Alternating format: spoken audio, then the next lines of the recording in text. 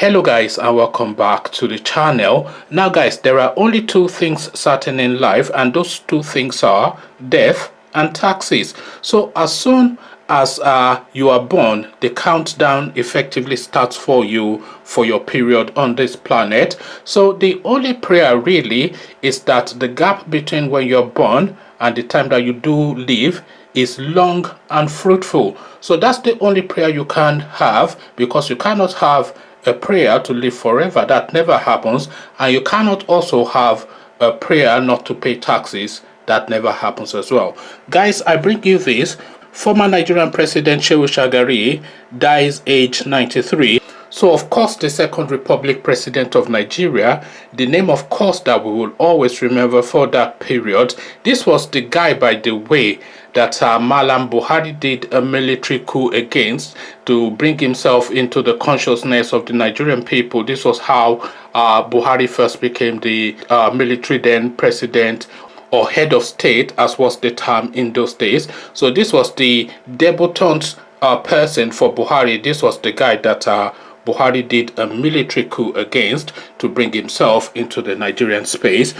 So again, the headline: former Nigerian President Shehu Shagari dies age 93. So a long life at least, and an eventful one as well. Nigeria's current president Muhammadu Buhari, who unseated Shagari 35 years ago, said on Saturday he mourns the departure of a patriot who served Nigeria with humility, integrity and diligence. Shagari's grandson Bello, in a Twitter post, said he died on Friday in the capital Abuja after a brief illness. Shagari had an ambivalent relationship with the military, which initially favored his ascension to power but held him in solitary confinement for 3 years after toppling his government. So this, of course, was the guy that was the president for the last civilian rule that we had before this present dispensation that was known as the Second Republic, and this dispensation now that we've had since 1999 is known as the Third Republic. So again, the headline: former Nigerian President Shehu Shagari dies age 93. So now let's look at an account of this long and eventful life. Shehu Shagari, Nigeria's second president, whose civilian tenure was sandwiched between two military rulers in an era rocked by coups, has died aged 93. After military ruler Olusegun Obasanjo lifted the ban on political activities in Africa's most populous nation in 1978, Shagari beat regional political veterans in a hotly contested election the next year. The poll followed 13 years of military rule by 4 different men. At its swearing-in ceremony, Shagari said the military had succeeded in large measures in unifying us.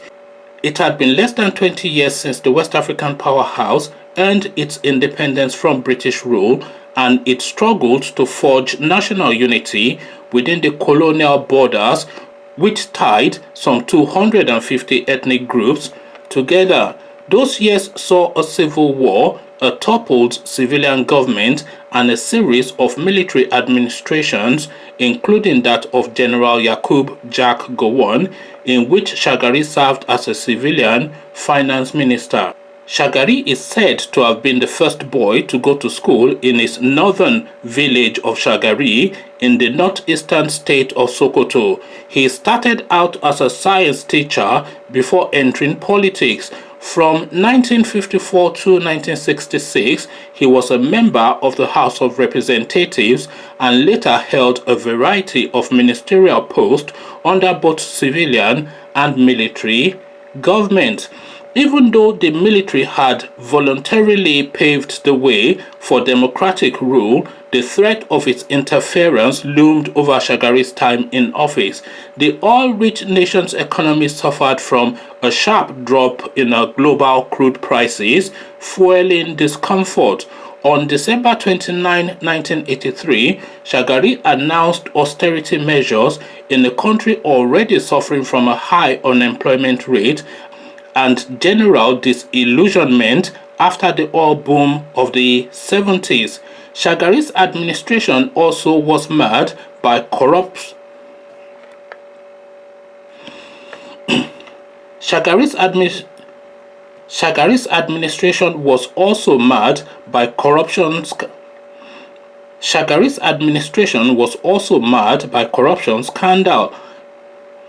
Shagari's administration was also marred by corruption scandal. So let me just pause there for a moment. You all, or some of you, maybe a lot of you might not, but some of you may recall the name Umaru Dikko and all of that. So Umaru Dikko, of course, was one of these people that allegedly looted Nigeria's money and then ran to England. And one of the things that Buhari was famous for back in those days was that he toppled this Shagari guy, this gentleman Shagari. He toppled him, and then he became the military head of state. And then suddenly the news broke within the Nigerian space then that there was something going on. So what this Umaru Dikko, after he was a minister, a functionary within the Shagari administration.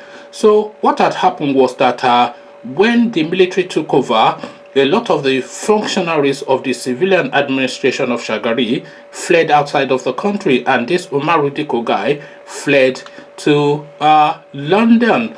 So this Umaru Dikko guy was the marquee name of corruption for that administration. It was sort of like the equivalent of, let's say, Abakari or something now in this new dispensation. So he particularly was the name that was recording within the corruption index of that time. So he fled to London after the Buhari coup took place, and Buhari became then the military head of state of the country. So now, a few months down the line, after the Buhari administration had settled in, suddenly the news broke that there were some activities going on. So what the Buhari military administration then had done was that they had sent agents to London to go and bring this Umaru Dikko back. So they had monitored him and tracked him down to where his offices were in London. And then when this guy was going to lunch, they suddenly kidnapped him and bundled him into like a vehicle which had like a Nigerian markings on it. So effectively, when he went into that vehicle, it became then on diplomatic territory, because of course diplomatic immunities applies to vehicles of embassies too. And by the way, if you are in the embassy of a foreign country in any country, you are actually in that foreign country. So if you're in the Nigerian embassy in London, you are actually on Nigerian soil. Once you enter those premises, it's only outside of those premises that you go back into London again. And if you're in the British embassy in Nigeria, you're actually on British soil, and it's really only when you step outside. So yes, that's how the diplomatic rules work roughly. I'm sure you all know all about that. So this Umaru Dikko was kidnapped, but unfortunately for the people sent to bring this Umaru Dikko character back, his secretary, his English secretary, saw him being bundled into a car from the window as she was looking down to see him leave for lunch or whatever he was going to do. So she saw that, alerted the authorities, and then of course then in the course of them then trying to transit him from wherever he was held to the airport to be transited to Nigeria via the Nigerian presidential fleet or whatever, the police were able to intercept the transit and rescue this Umaru Dikko guy. So that's just a little anecdote from the Shehu Shagari era. So we go back again to the narrative we were going through.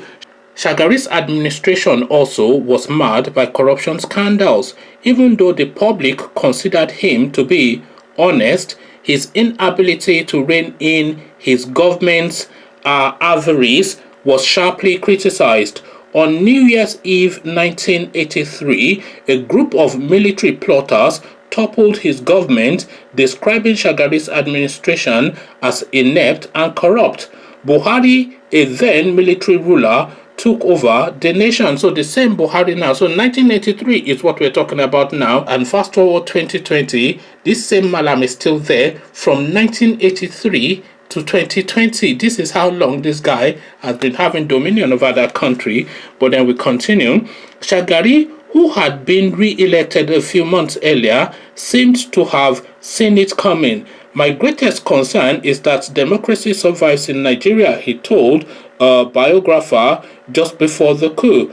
It was not until Buhari returned to the presidency in 2015 that Nigeria saw the first peaceful transfer of power from one party to another. So there you have it, ladies and gentlemen, the life and times of Shehu Shagari. He passed away a while ago, actually, but I'm just coming across this story now, and I'm just documenting it, really, because this is something that should be documented. This was a guy that was not suited for the time and space that he occupied, because it was too meek and mild-mannered for the rigors of the Nigerian space. Conversations in the comment section. Shehu Shagari has passed away. What is your recollection of him?